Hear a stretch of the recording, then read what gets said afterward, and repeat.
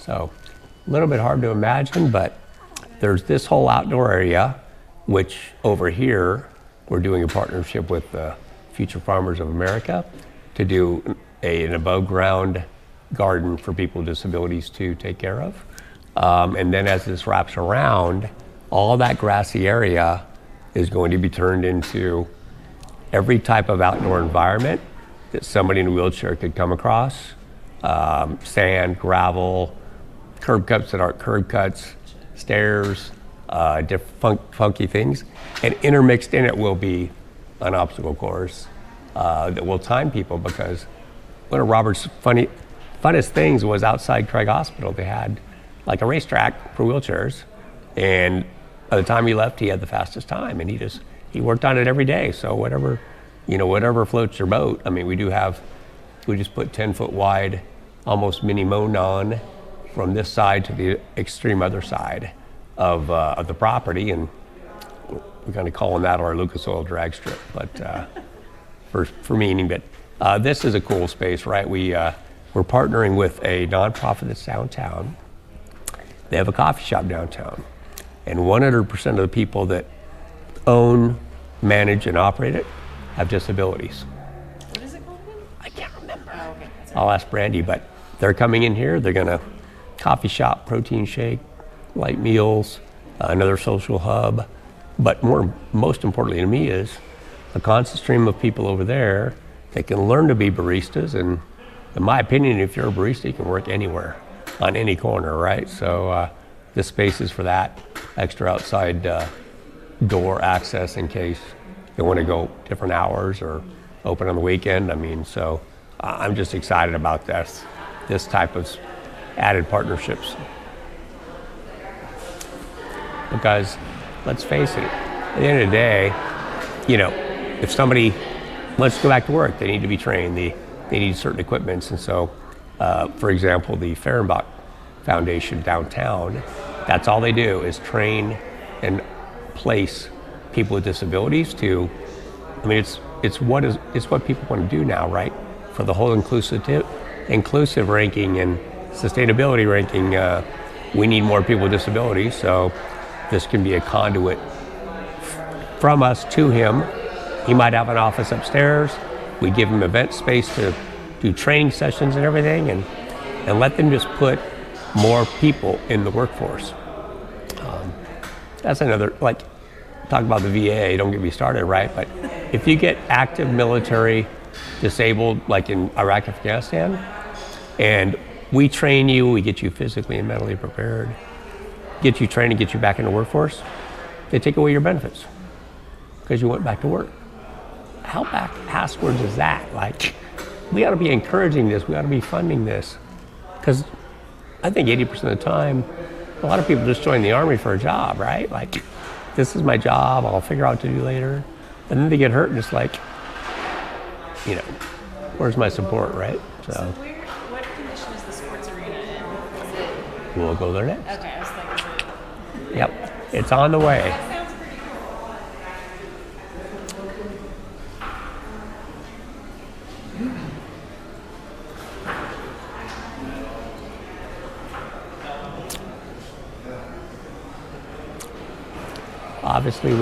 Obviously all the original bathrooms we had to gut, expand, and basically a lot of them are situated as family bathrooms. So they've got a changing table, they've got a full bathroom, and there's probably half a dozen of those around, as well as there's tennis courts on both sides.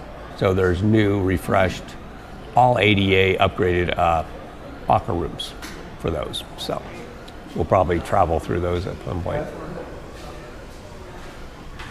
Over here is, and just to clarify, Conquer Paralysis Now is the 501c3. I call it the umbrella that raises all the money. So all of our staff is all over here to see the people they're helping every day. Very important. And again, moving the foundation here, but we've already got CFO, CEO, head fundraiser, already moved in and operating, even though we still have stuff to put on the walls. All of these walls will be covered with vinyl and inspirational imaging and people doing great things in wheelchairs. So really excited about that, but that was important.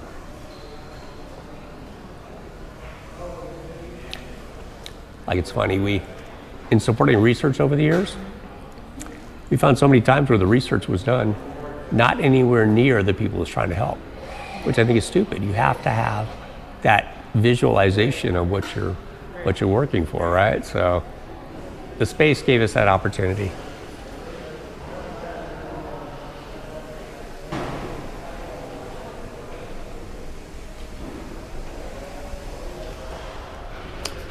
So come October 1st, there'll be a plaque over there that says, naming rights opportunity. Your name here. Right. Yeah, exactly. So we did all the stuff already that was the heavy lifting. New roof, new HVAC, floor to ceiling paint. But the next stage is funding a completely new surface. I want a hand cycle, about 4 lanes of a hand cycle racetrack around the entire perimeter. Hopefully Indianapolis Motor Speedway themed. And then in the middle of that will be a bunch of sort of multi-purpose, right? It can be wheelchair basketball, wheelchair rugby, the Paralympics just wrapped up, right? And it's all gotten very popular. There's also sled hockey. Even in Vegas, we have the Las Vegas Raiders wheelchair football team. So we need a Indianapolis Colts football team if Mr. Irsay is out there. And he's got his own problems, right? So we think we can really help him once we're up and running with his challenges from his fall. So this has amazing opportunity. Again, fortunate coincidence, but it's ground level over here. That's where our accessible parking lot is. We have another 200 spots on the other side of that wall, and this all faces 465, so. So when you say hand cycle, not to be an idiot, but this is a bicycle that is like powered with your hands instead of your legs? Exactly. Okay. Yeah, instead of your feet, okay. Your hands are doing the pedaling of the sprocket. And, so and there's many different configurations. Like, they race them internationally just like they do road bikes, and they're extremely fast, they're extremely lightweight. Some people lay down in them and hand cycle. Some people do recumbent, sitting back, and it's right in front of their hands. There's all kinds of different configurations. There are mountain bikes that do it. They're all, it's just great for training. You got to build up your upper body, even if you can't use your lower body. But we have an image, which I could show you if you want, but literally, if you can imagine, like on a track and field, around that there's lanes. So that would be the track. Yeah, behind and that's so cool. It's a perfect oval, like the Speedway, right? It's that more rectangular than it is round, and the starting line would be back by that door, and we may again have a few images floating around that say Lucas Oil Sports Arena on them. But I mean, I've been associated with and lucky to be supported by Forrest and Charlotte Lucas and that organization for 21 years straight with the race team, and their corporate office right now is right across the parking lot. So yeah, I mean, it's just a great family, and I think I appreciate the friendship and the mentorship and everything way more than the partnership will ever tell.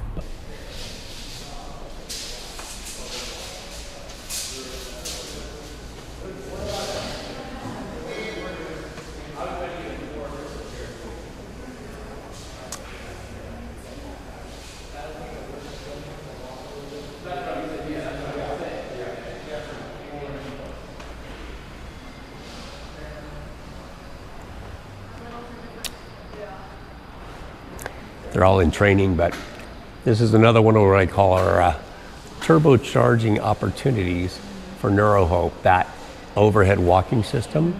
If you look over your head, it is a 150 feet of track that goes like a horseshoe shape, and we can operate 2 at the same time. They utilize VR, but the cool thing about it is it's intelligent. It kind of understands how much weight supporting you need, and So it really decreases the effort needed by the therapist because of what that does. And so you kind of graduate from, maybe you go to the pool, then you graduate to the local mat over there, which is very supportive, to something that you try to learn better and get more advanced. Really popular with stroke. I mean, that's what blew me away in Vegas was our 3 most popular clients, if you want to call it that, is stroke, spinal cord injury, brain injury. And that's 1 million new cases a year. And then you add on everybody else. The training is not just about spinal cord injury. It really is kind of all serving. And so, but that was $275,000. That's amazing. But it's all technology. Right. It's low volume sales. It's just what it has to be. There will be, at opening, over $3 million worth of brand new, high-tech equipment to get it done. The sad part is a lot of it's not manufactured in the U.S. because insurance does not reimburse for it. That's crazy. So, but it does the best good.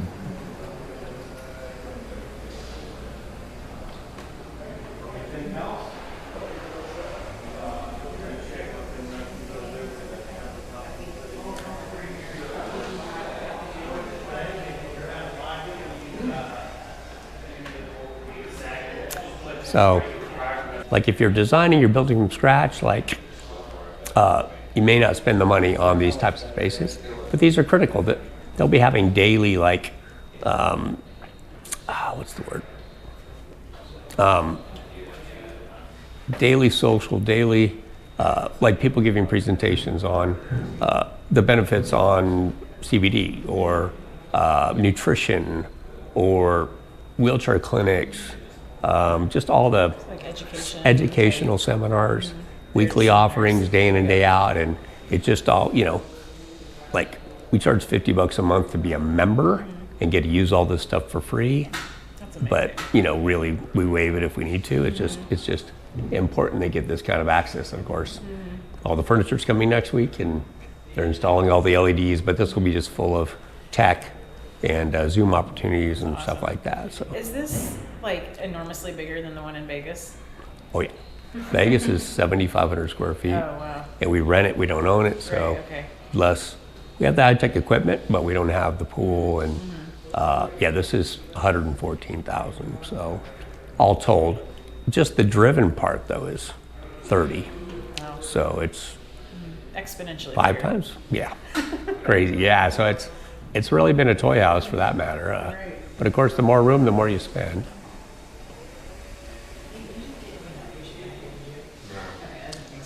This is another great collaboration here. This is what's going to be in it's called an advanced tech and research. Like it's back here so it can be quiet.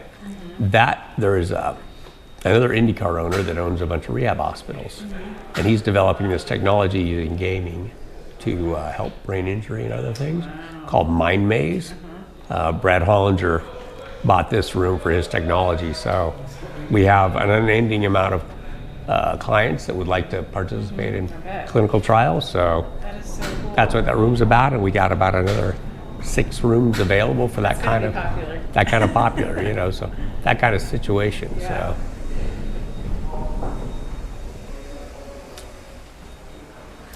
just the other one, hopefully awaiting, partnership on the tennis and the, pickleball side or whatever. But the roof's been done.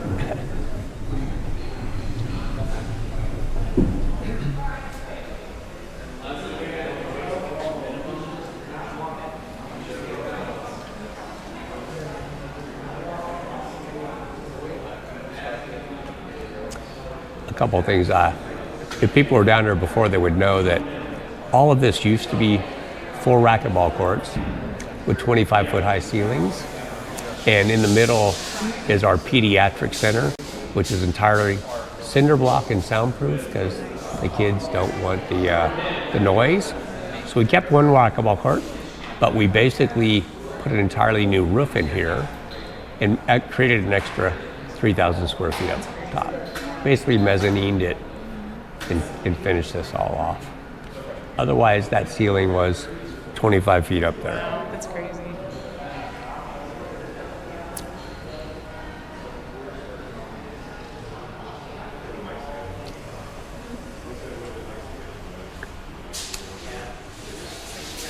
So this is kind of interesting, and another thing NeuroHope always wanted but didn't have.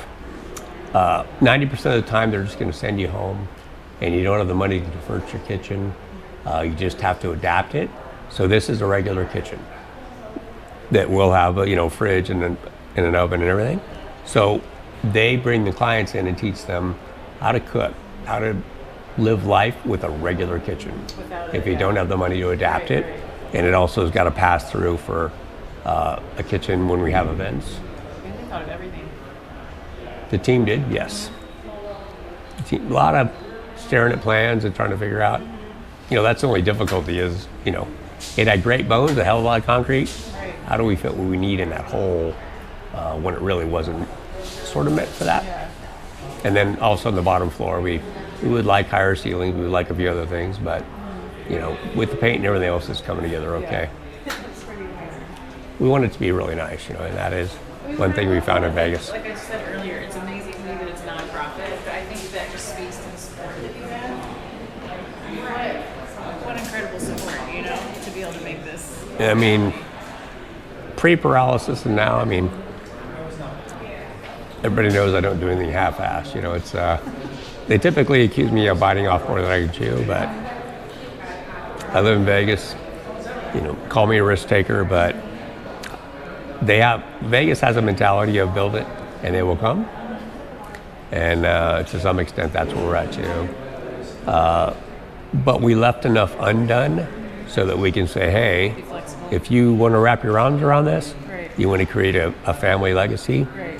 put your name on it, let's go, That's a good idea to Because we had to stop at some point. The pools were something we couldn't add later. Right. Overhead track, better done now. The roof, there's no sense in doing half of it and then trying to figure out how to do it. That's why I demoed the upstairs before, because it just was so much noise and dust and distraction. The TIs will be, another round, but a lot quieter. Right. Putting floors in and taking them up.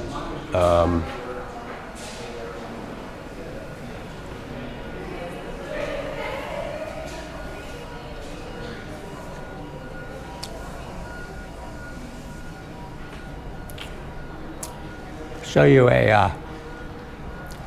a typical locker room here. Nobody home, I hope.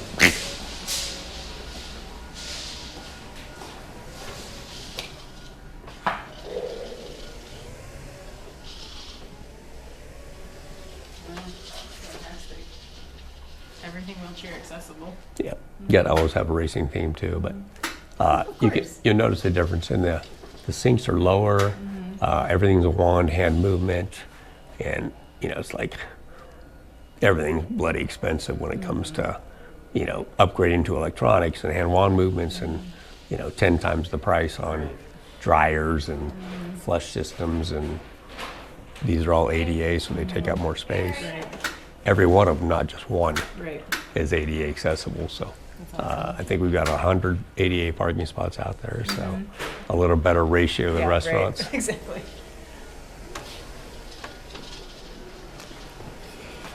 That's another one.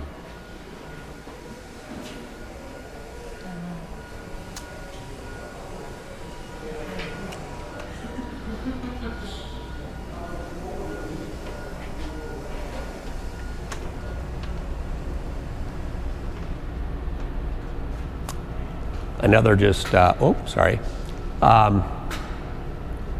another just kind of like, what the hell would we do with this? But let's see what happens. They're going to use this they have like a spin class, but it's elliptical trainers, and they've got about 15 of those, and that's once a week. And down there's a half court indoor basketball deal, and they five seasons had partitioned it in half, we're like, we need to rip that out and just make it a basketball court. Then we're debating, like, will it get used? And then it was like 40 grand to take the divider out. I'm like, let's just leave it and see what happens. Right. If we have that need, we can do it. But for now, leave space for other ideas. Grow into, It's like, I just don't know what I don't know about the Indianapolis market. Right. And like you said, so many nonprofits need a space to do things, events or fundraisers or. Exactly. I was just thinking this would be a great event space, just because it feels so like open and like the. You need to go upstairs. Oh yeah, even better, huh? Because I didn't even know it, but this end has this 2,000 square foot balcony. Oh wow. Above our entrance facing west. That is cool. And they had an event room and a big bar and a kitchen, and it had drop ceilings. But everything's old and crusty, so we ripped it all out. All of a sudden, 30-foot ceilings up there. Wow. Facing west with all this glass. It's Where do you amazing. have